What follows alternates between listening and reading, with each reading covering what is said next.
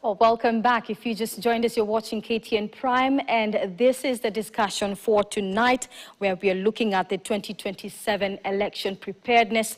Of course, we are having a panel, and with us right now, I know Stella Agara is coming on in a few minutes, and we have Marcus Agenga, who is a programs coordinator at the Elections Observation Group. Marcus, thank you for making time. It is good to have you in our studio. Stella Agara, a governance analyst, will be joining us shortly.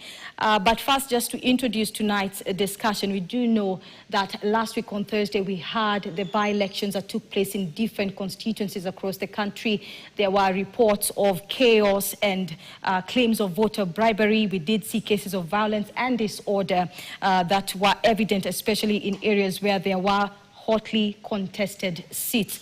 Well, according to ELOG, 93.4% of polling stations rated as having good or very good conduct, and also 6.6% rated as bad or very bad conduct, pointing to localized and significant administrative gaps. And I tend to ask this question as we begin, Marcus. What do you make of the events that we witnessed in last week's by-elections on Thursday? Thank you very much, and I'm glad to be part of this discussion today. I would like to briefly point to the ELOG report that we released last week. And some of the things that we were able to discuss there, we deployed 100 observers across a number of polling stations and tallying centers. And what ELOG gave out a preliminary statement, and it was essentially based on the election day processes and results. And what do we make of it? We make of it, and I think we've tried to make a distinction between the technical aspects of that election. In terms of the technical aspects of that election, we asked several questions in terms of how did IEBC conduct the E-Day processes, in terms of ensuring that strategic materials are in place, the required number of polling officials are in place, the voters being identified appropriately. So to the extent that these administrative or logistical and operational aspects of that election was concerned, IEBC was able to score well. It is the political aspect of that election. Election is also a very political process, as you know. So we saw significant questions regarding, for instance, what ELOG called in the report the presence of super agents. So, for instance, you saw in Homa Bay, you saw the MP for Homa Bay Town, Peter Kaluma. You saw the former CS and Speaker in Bere, and you saw significantly a number of the Prime Secretary Cabinet campaigning. We saw the Deputy President campaigning severally, and a number of course, we saw what happened in Machakos with the CS Mutua. So all these are where we had a big issue in terms of the presence of these political figures and the crowd that they attract around them, which then likely to bring questions around the credibility of that process. Just for the sake of understanding for the audience, of course, when you say super agents, what do you mean by that? We use the word super agents in quotes because there's nothing like that in law. You are either an agent or you're not an agent, so there's no super agent. So you find in a polling station where a candidate in Kasipul Kabonde, for example, had his own agent. But then we saw significant presence, a big number of political heavyweights who voted or were around the polling station and remained after the polling station, giving the impression that these guys were super. I mean, they were acting on behalf of the party. Were they acting on behalf of the candidate? To whom were they acting? For whom were they acting in those polling stations? So, and you see the youth were crowding around them and refusing to leave the polling station. So it is those aspects that would then incite violence, as we saw in a number of electoral areas, because the youth then were saying, we are not leaving the polling station. We want to be part of this counting process, yet they are not required to be there. You vote, then you go home. You don't linda your kura in a polling station, because that's the president. That's why we have security agents there. So in terms of the technical aspects, ELOG rated IEBC to have done what it was supposed to do within the confines of law. And I've said in terms of the operational aspects of that election, there was no polling station where there was no PO, or the required number of clerks. There was no place where there were missing ballot papers or ink to apply to voters. There was no place, for instance, where there was a recount that was asked and IEBC refused. So it's those technical aspects that ILOG spoke to. All right, Stella Agara has joined us, looking lovely as usual. Stella Agara is a governance analyst, and she joins us to give us at least some insight on tonight's discussion. And as you were joining us, Stella, my question to Marcus was his feeling, what he feels about the events that were witnessed in last week's Thursday's by-elections, from issues of violence. We saw chaos, and you know, there was a lot happening in different constituencies, especially where there were hotly contested seats. But from your point of view, what do you feel about what was witnessed across the constituencies in the country? Yeah, first of all, thank you for having me, and my apologies for being late. Part of the reason why I'm late is because I was about to cancel on you. I was not supposed to be saying this in the studio, but now that we're here, I may as well say it. And part of the reason why I was in that state of mind is because of conversations we had last week. I had expressed some fears about IEBC and how they were handling the political aspects, and I'm glad Marcus has mentioned them. I had expressed some fears about the promises that all political parties were making about messing up that election, and especially the state itself. And I had expressed some fears about the participation of vulnerable groups, especially women and people with disability, when the environment becomes so murky and the campaigns are marred with violence, and it becomes difficult for these groups to participate. And so for me, on Friday evening, one of the biggest struggles that I had was to reconcile what had just happened in that election. And I had very many people who wanted to sit down with me to debrief about the same, and I refused to meet them on Friday. I thought I'd be feeling better today. Unfortunately, I'm not. And part of the reason why I'm not feeling better about it, I will definitely feel better. I'm not one of those people who stays in this kind of state for long, is because when you read the Kriegler report, especially where he was describing the problem with our elections in Kenya, it seems to me that the politicians in this country have decided that they're going to water down the amount of work that has gone into improving elections. They have decided that they're going to ignore some of the rules, both documented rules and undocumented rules of elections that we agreed on, to ensure that we don't go back to the place where we were with the post-election violence in Kenya.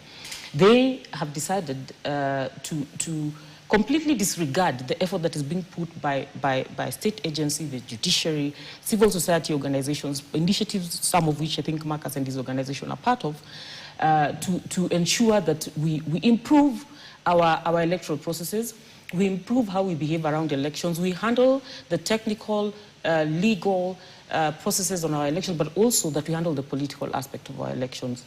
One of the biggest problems we've had as a nation is handling that political component of our elections. We are able to set up systems. Kriegler practically documented that we have very many policies. It becomes very difficult to implement all of them. Our problem is not legislation, it's not regulations, it is not creating rules, it is not having people on the ground and getting them to do the work, especially considering the kind of investment we make on elections. Surely, we don't struggle with those kinds of things, unlike countries like the DRC, where even a budget to hold an election becomes a problem. We're at a different place. But then when it comes to how we behave around elections, we come to realize that we have a serious people problem, number one. Number two, that we have politicians who have understood that there are certain people in our society that they can co-opt into the bad manners, and so they continue to do it.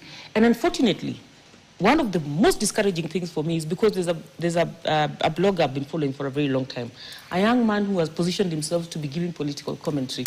And he shocked me completely over the weekend when I heard him say that there are people who are complaining that the elections were violent and they were being attacked, and he was actually speaking negatively about Panyako crime. And for me, I thought to myself, we have practically transferred the bad manners to our Gen Z. That they now also believe political campaigns have to be violent. Politics is about violence and for the fittest and the fattest to take the cup and everyone else to go home and wipe their own tears. And I think for me, that is where my discouragement is. because we seem to be transferring the bad manners that we have tried to heal ourselves from to the next generation. They are supposed to be participating in these elections differently, and unfortunately, we have not given them a model to work with. Instead, we are teaching them the old kind of politics that has put our nation in trouble and is unfortunately putting all the nations on the continent of Africa in a lot of trouble. Stella, thank you for coming. And we're happy you did not cancel. I can tell you're very passionate about last week's elections. It's only, normal. Everyone has expectations. Every Kenyan in this country, whether you're in government or you're in whichever institution, everyone has expectations on just seeing our country moving in the right direction. And Marcus, as I listen to what Stella is saying, her sentiments, it's not a legislative issue. It's not an issue of police officials. And I actually wanted to ask then, what's the issue then?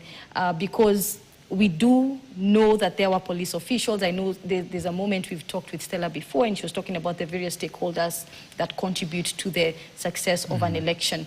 But I tend to wonder, Marcus, being a member, an official from an organization that's ELOG, that is able to lend an eye to observing the affairs of any election, what would you say really then is the issue with the Kenyan situation, where Stella says it's not a legislation issue, it's not a matter of not having police officials? Then what really is the problem? Why does it seem like every election has to be marred with political violence? Well, I think Stella has spoken to a few of them. So in ELOG, we have come up with about 7 key issues that we think fundamentally affect our elections. First is trust deficit. I think increasingly Kenyans are becoming sad. I think the word sad is better. They're becoming unbelieving of our electoral institutions. They don't trust the institutions. IEBC is less than a year old, and you can see how it's already being bashed out there. So trust deficit is a big issue, and usually trust is something that we must speak about. And it doesn't matter what Kriegler said. Trust is a big issue because Kenyans have gone through this process for a very long time, and they don't seem to be getting what they want. The second issue... So basically they just take matters in their own hands? Yes, because then you have failed to do it yourself. So the other problem, which is significant in terms of affecting our elections in Kenya, is the fact that elections are high-stake affairs. So people, they are unaffordable. So the kind of money someone pumps into an election and imagines that he wants to lose that election, he will hire goons, he will hire every idle human being out there to speak on their behalf. So the elections are so costly that it's a matter of do and die for a candidate. They sell their parcels of land, they sell their motor vehicles, they practically sell their savings to win that election. It's a do or die situation. But the other thing is, as Stella has mentioned, impunity. I know the law. So you think, for example, the members of parliament, the so-called super agents in those polling stations, you think they don't know the law? They know the law. You saw when they asked about, I don't know if you guys watched when they were asking about Muturi.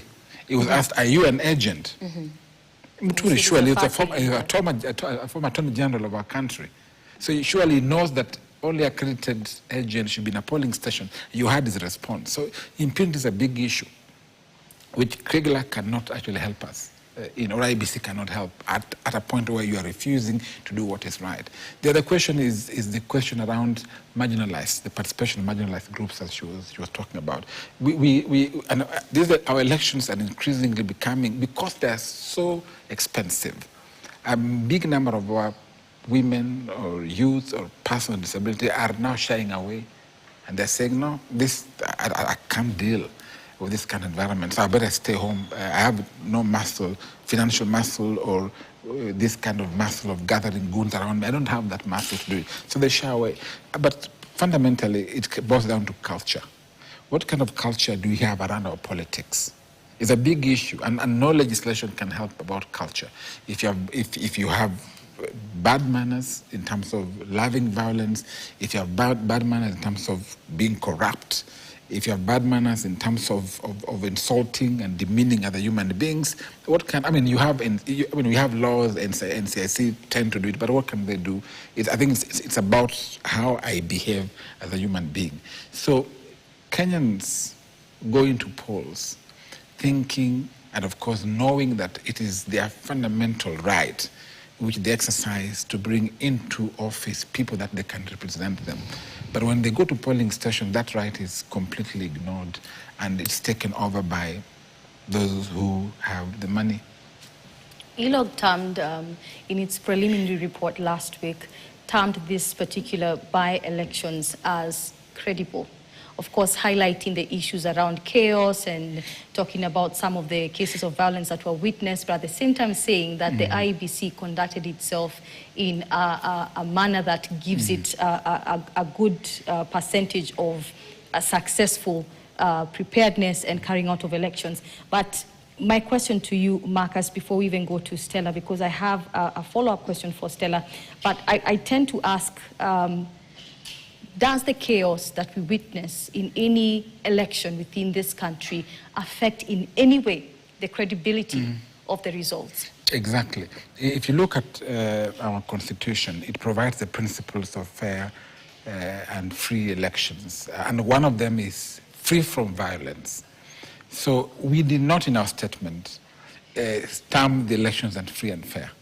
We only spoke about, and I have said before, the technical aspects of these elections. On the E-Day elections, the question we're asking ourselves, were voters allowed to vote were they biometrically identified? If it failed, what was the next course of action? Was that undertaken? We ticked yes. Were they inked after voting? We ticked yes. So in terms of operational aspects of the elections, IEBC did very well. But as I've said, and as Stella has also mentioned it, it is these other aspects, and you will see in our statement that we're releasing on Wednesday, where we're having a more comprehensive statement that now covers the pre-election, the election, and the post-election period.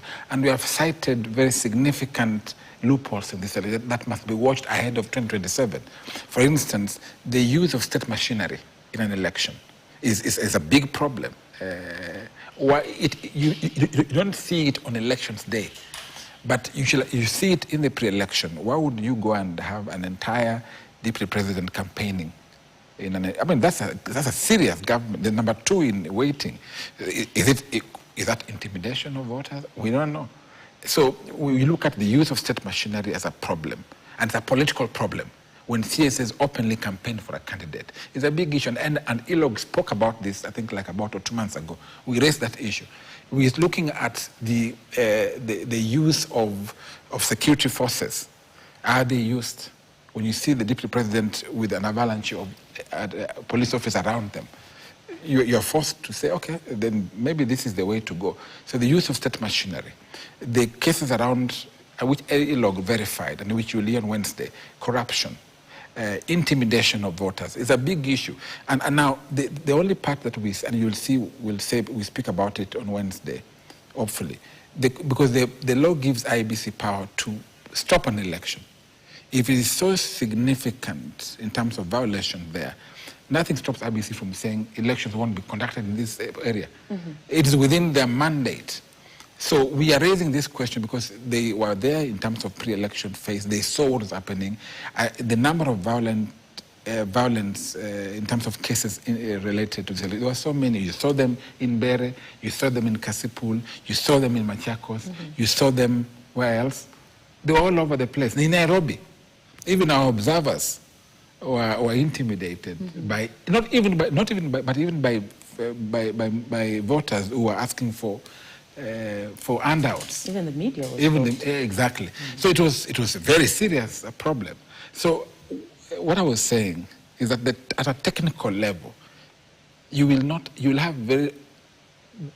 terms of the performance, it meets expectations because every strategic material was present. But what about present. in terms of credibility of the No, that's the point. That's why I see ELOG has never said the word credible in this process. We say no. We just say IEBC, in terms of, if you ask IEBC, did you supply ballot papers? Yes, we did.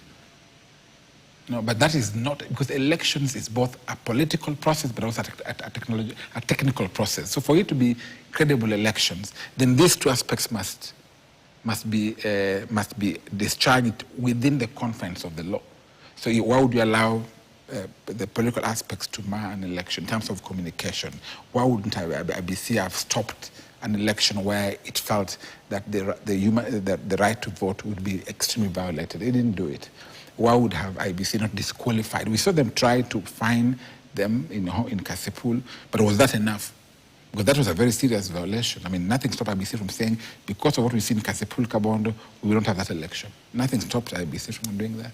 So in terms of making those bold political decisions, that's why I think there's a big problem. And our elections really has always been failing, not because of the technical aspects. It's always because of these sort of political issues. That's why you can go and intimidate voters by virtue of the office that you occupy and the number of vehicles that you have and the amount of money that you can flash around. All right. Interesting insights there. I'll come back to that. But Stella, what do you think about the credibility of last week's by-elections? First of all, let me just say that my opening statements have already declared what I think about that election, and I don't think it was, the by-elections rather, I don't think it was credible to begin with. And for me, it's because my understanding of credible is different factors that need to be considered into determining that an election should actually be called credible. The second thing that I want to point out in this conversation, you may have noticed, and I know Marcus, but I have not met him in the last 2 months. But as you can see, the same questions I was asking last week are the same questions he's asking about the unapologetic use of public resources in campaign, where unapologetic use is either use of funds from the government or having government officials on a salary by citizens out there campaigning instead of doing their job and letting the people who are on the ground campaign for themselves. You can also hear him talking about the question of who is an agent and who is not an agent. Does it mean that if you're senior in a political party, then you have a carte blanche to enter any polling station and do whatever you want? Just because you're a cabinet secretary like Ruku, does that mean you can walk in and intimidate electoral officials? By virtue of the fact that you have scared people so much, you now have citizens guarding the gates. They're even saying they will not allow the media to come in. And you're wondering, so if the media is not going to come in, who then is the eye of the people who are not on the ground to be able to see what is happening in that polling station? A lot has gone wrong with this election. A lot has gone wrong with this election that will then prevent everyone from even trying to use the words credible to describe this election. I must say that we are having this conversation in the environment of a very dangerous continental conversation on elections. That we have elections that are marred with violence, irregularities, and yet the agencies that are supposed to be giving the highest level of observation results are busy declaring those elections free, fair, credible, including the AU, the regional economic communities like the EAC, and SADC. Actually, SADC broke ranks with the rest of them and for the first time gave a proper report about the elections in Tanzania. And like I told you in studio a few days ago, that was a breath of fresh air. But the continent itself has had malpractices in elections over and over again, to the point that you're beginning to see coups. The last time we were in studio here discussing the election results, you saw Guinea-Bissau succumbed to a coup, a military coup, because of electoral malpractice. As a country, we are not just any other country in the continent of Africa. We are a country that has spent time working on a quality constitution. We are a country that has spent a lot of time reflecting on a violent election that resulted in post-election violence that almost destroyed our country.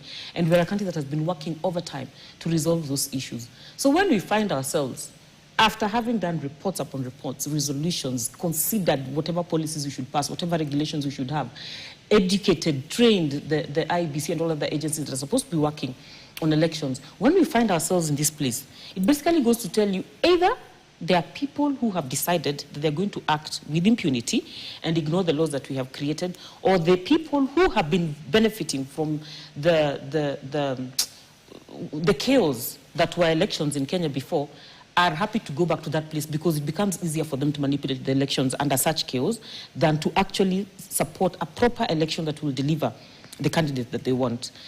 I must also say that we unfortunately are having this situation with a different kind of youth in this country. The millennials could have sat through a conversation to determine what are we going to do before we decide whether we're going to engage in violence. Gen Z do not have the patience to have that conversation. And right now, most politicians are busy insulting them and saying you can't go and collect a voter's card and everything. But the truth is, these people will not even need your voter's card to tell you you're not going to mess up our country. Because as a matter of fact, no one is obliged to vote. It is a good thing to vote. A patriotic citizen should vote. But the fact that you did not vote does not make you less Kenyan. And it does not preclude you from demanding for services, quality, and that the taxes you pay, because even if you don't vote, taxes you will pay, that the taxes you pay are used to serve you.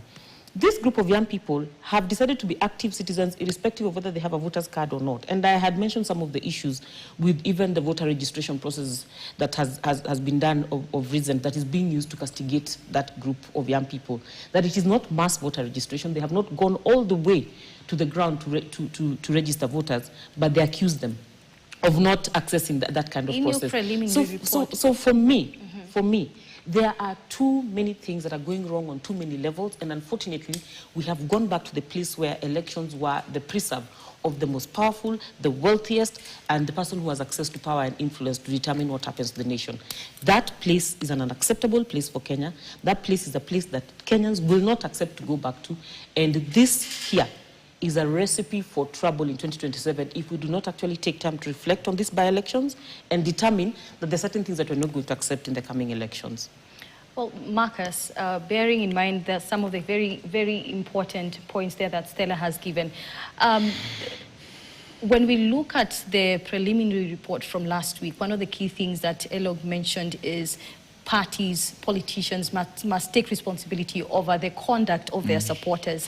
Of course, not forgetting you've mentioned the IEBC. What you mentioned in your report was more of the technical side, but how about the administrative side of it? So then, where does responsibility lie then in ensuring that any election is credible, that some of the things we witnessed last week do not recur? The realization of credible, peaceful, free and fair elections is not a preserve of IEBC only. IEBC is just one of the many other electoral actors that are important in an election. While they bear the greatest burden because they are the body that is mandated to conduct elections in Kenya, but there are a variety of actors. So the burden, the responsibility is on each of these actors. Whether, for instance, the citizen themselves, we talk about bad manners. Bad manners is about the citizen who accepts bribe, who accepts to go out and mess up a polling station or go and intimidate a candidate. That has nothing to do with the IEBC when you go and beat up someone. The place of the police, the National Police Service, security agencies is a big responsibility. They're supposed to maintain law and order in a polling station. They're supposed to do that. The place of EACC, the place of NCIC, investigating claims of hate speech, and we saw that already in our country. The place of Parliament in terms of passing the necessary legislation and according IEBC the money that they require. But even IEBC itself, like I said, that they are supposed to use the legal power that they have, which includes not only fining but also stopping an election. It is that important. So the burden of ensuring that an electoral process is free, fair, and credible and peaceful is spread across, even though IEBC has the biggest burden. But even these actors, the judiciary, Parliament, the National Police Service, EACC, all these actors play a big role in realizing a free election in Kenya. So then, who is failing amongst these actors? Because it's not news to us to see electoral violence. Like Stella mentions, this has become a prominent issue in almost every other election. There's always either chaos, and as we've mentioned, as you said, Marcus, earlier on, that this chaos does affect the credibility of any election. And as you've also rightfully mentioned, that any election, the burden of the credibility and fairness of this election is upon different actors. So amongst these actors that you mentioned, the IEBC, the police or officials, you've also mentioned the judiciary, then in your view, and as an official of ILOG, having observed many of these elections, where do you point as the issue is coming from? Who is failing amongst these actors? Basically, that's what I'm asking. I think I would do this as my personal opinion. I think we as citizens are failing.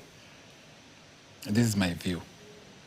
We have good laws in our country that are able to be invoked when an election is not meeting the threshold, and you go to the judiciary, a candidate or whoever can appeal to the courts. But the major issue is always of the pre-electoral environment. The person, when you have government machinery being used there, it's not a failing of the law. I mean, Kindiki, for example, is a professor of law, so you must understand these things. When I'm as a human being, when I go out and receive bribe, or I get induced, or I intimidate others, it is basically, for me, in a nutshell, the greatest failure is us as Kenyans, is ourselves who have refused to say no to bad manners. Yeah, because you argue and say, I will vote for him because he gave me a cup of tea. I mean, I understand the link between wanting to have a livelihood and voting, but at what point shall we say that is enough? That I will vote for this fellow only because he's able to, he's the candidate of my choice, because of the principles, because of the manifesto that they're giving us. So for me, I think it is the big issue is us, as Kenyans. Stella, do you agree it's Kenyans? I'm sure you saw a smile on my face as Marcus was speaking, because I was trying to determine whether he's deliberately deciding to say it's Kenyans because he wants to be politically correct, or because he's speaking on behalf of an organization today. And I understand the situation he finds himself in. I do not have the same constraints, so for me, I can speak my mind about this thing. First of all, when it comes to elections, the Independent Electoral and Boundary Commission is the one that takes the final responsibility for elections. The buck stops with them. That is why you will be told, irrespective of who else announces the president, irrespective of who else announces the governor, announces the MCA, eventually it is the chairman of the IEBC who has the responsibility, and the returning officers who are appointed by the Electoral Commission who have the responsibility to announce. So the buck stops with them.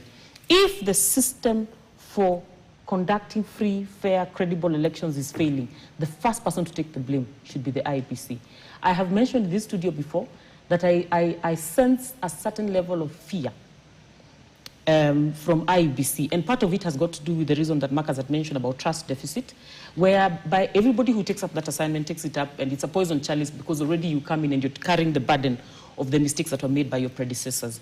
But the other part has got to do with the fact that I am convinced that IEBC is actually controlled by individuals who are outside that commission.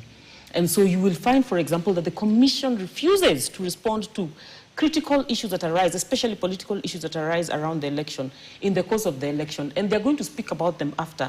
Unfortunately, the person who is participating in this election as a voter feels cheated by the time the election comes to an end and we close, the voting and results are announced. The other group of people who are failing, and the reason why I'm putting the back on IEBC is because IEBC is the one that should be calling them out, is, for example, the Ethics and Anti-Corruption Commission. Why do you have an individual who is being accused of certain criminal or corruption offenses, and the Ethics and Anti-Corruption Commission does not come out to outright speak about that specific claim that is being made? Because during an election, I mean, during the other times of the year when EFCC is doing its work, it doesn't have to respond to every Kenyan who's claiming that Stella is corrupt or Marcus is corrupt. But during an election, this is a candidate, and people are saying he was accused of this, this, and that. EFCC should come out and say, this person had these accusations, but they were cleared.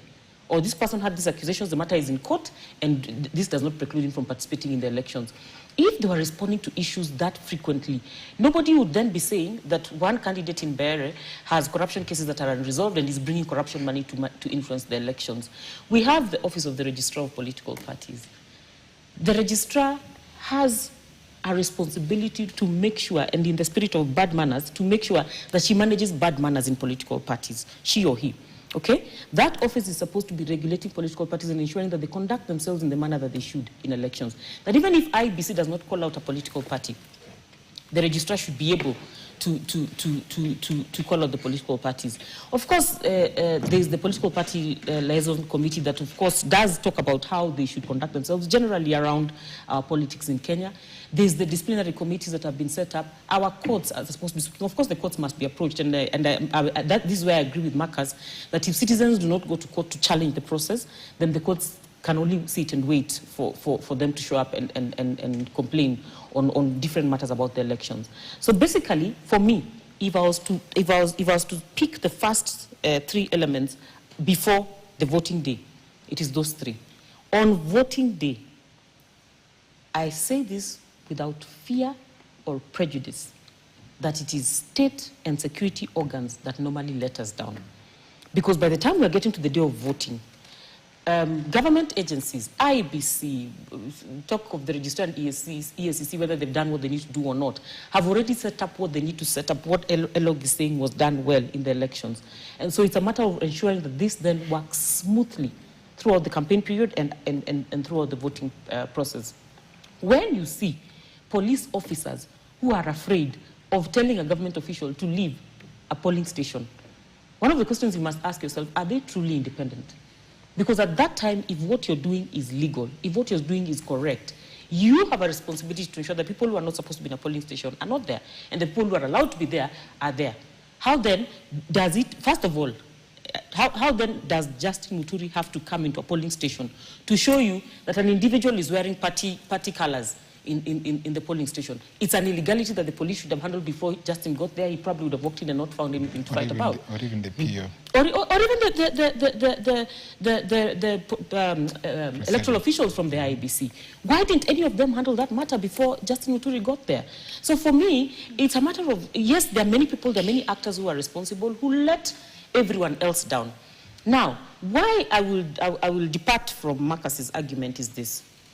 When citizens pay their taxes, when citizens elect you to be in government, when they give you the power to set up an electoral and boundaries commission, and then they pay taxes for you to be able to fund that election, why again are you putting them at the place where they have to show up at the polling station to protect their votes?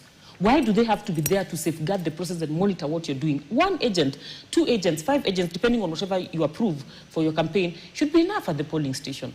Other countries in developed nations have voting through phones. You go online and vote, and your vote is counted, and you don't have to worry about the elections being stolen.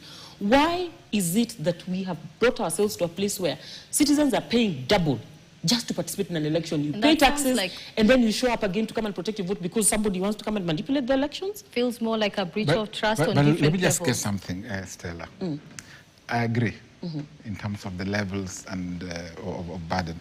But who are these members of? I mean, are these not Kenyans that occupy these offices?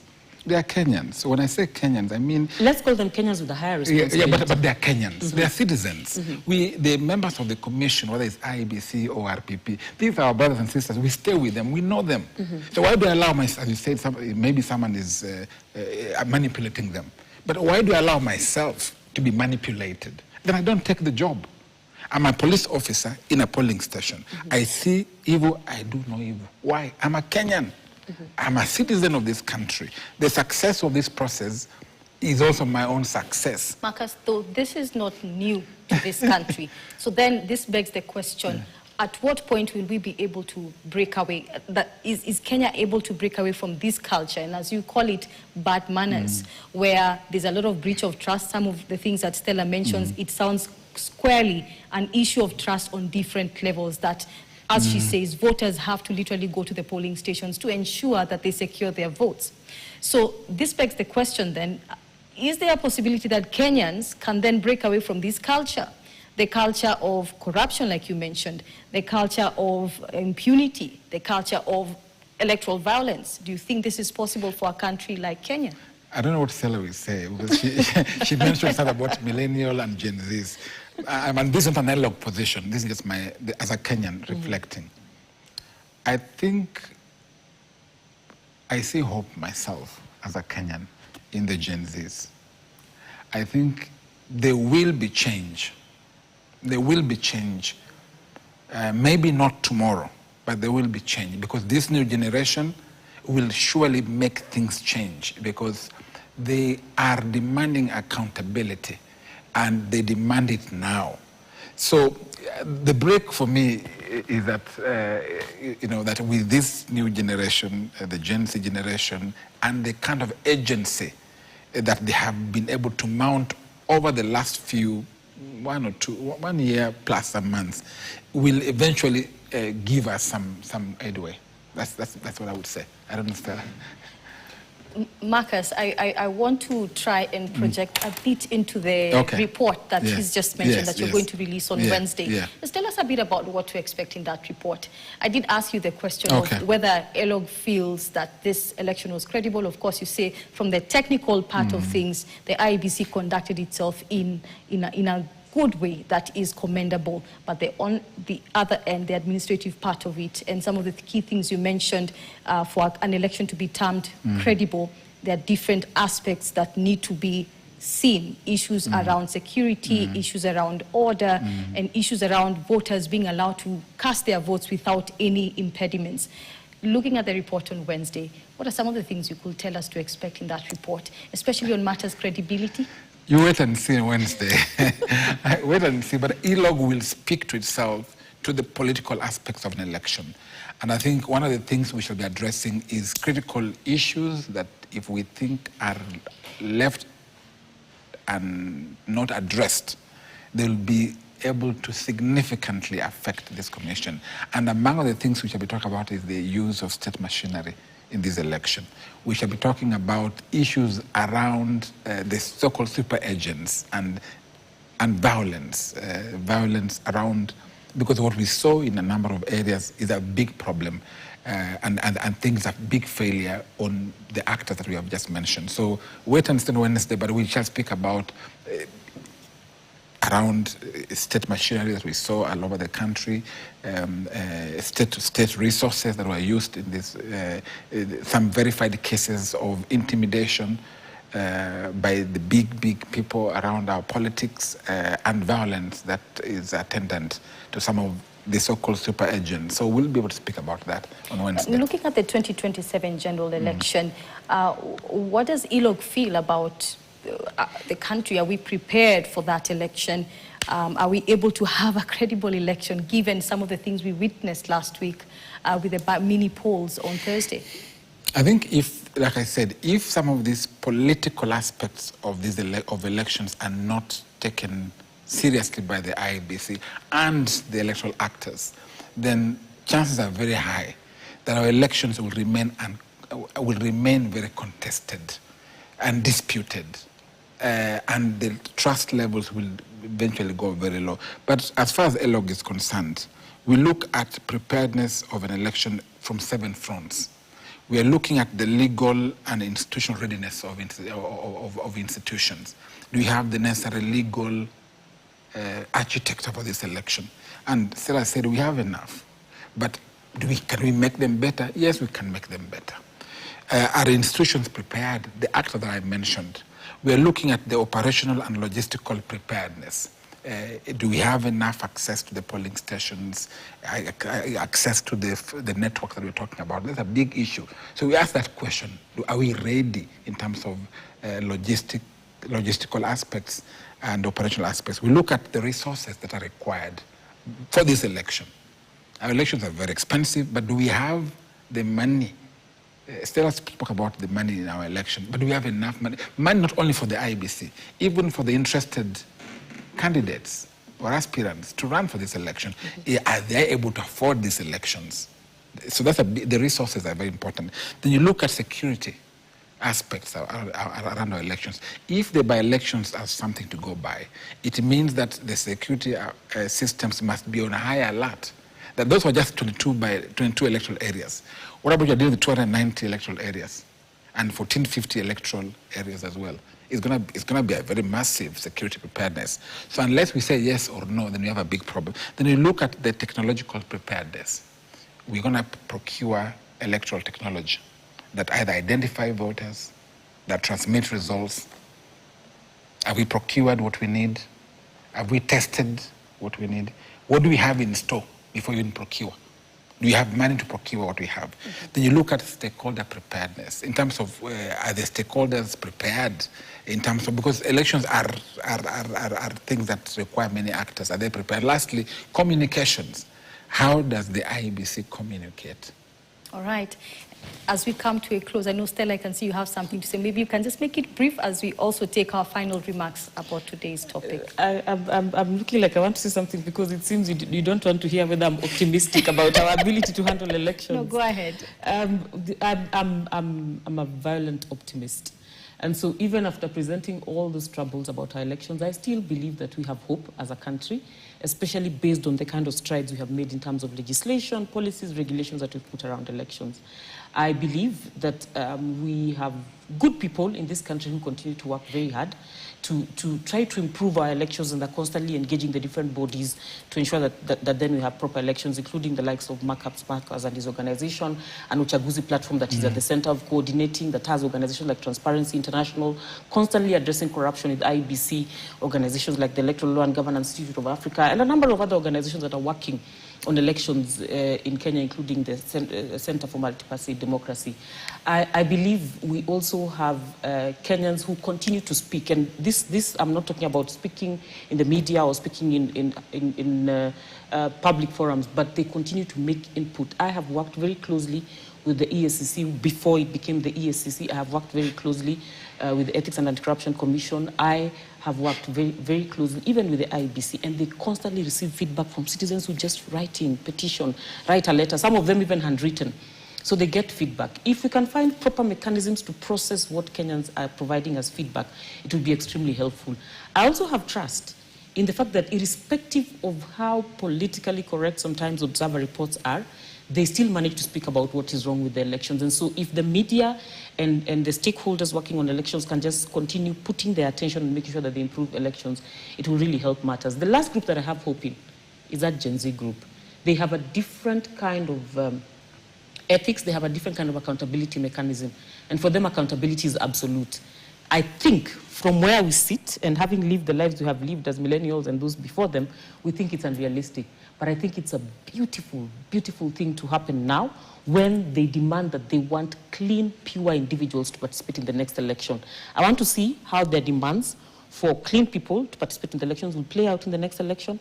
I also want to see how their role in holding people accountable, in making sure information is available, because we've seen them doing it, and ensuring that then where EACC refuses to do its job, they shall ensure that there's enough public information to disqualify individuals, and we will help them as much as possible in training them on how to petition these agencies and get individuals disqualified, because in the coming election, we cannot afford to process the same kind of trouble we have had and get it back into government in the name of governance for this country. We'll get into a lot of trouble. Thank you for coming on the show tonight, giving us your thoughts. Very insightful discussion we've had tonight. Thank you, Stella Agara, a governance analyst, and of course also Marcus Genga. I tend to wonder how to pronounce it, but I think it's Agenga. Well, Marcus Agenga, who is a program coordinator at the Elections Observation Group, thank you so much for making time. It has been a very insightful discussion. I've learned a lot myself. I mean, thank you for making time. My name is Leah Ngari, and this has been KTN Prime. This is where you get to understand all matters regarding politics, elections, and everything happening around you in the country, in the region, East African region, and around the globe. Thank you always for keeping us company, and have a good night and God bless.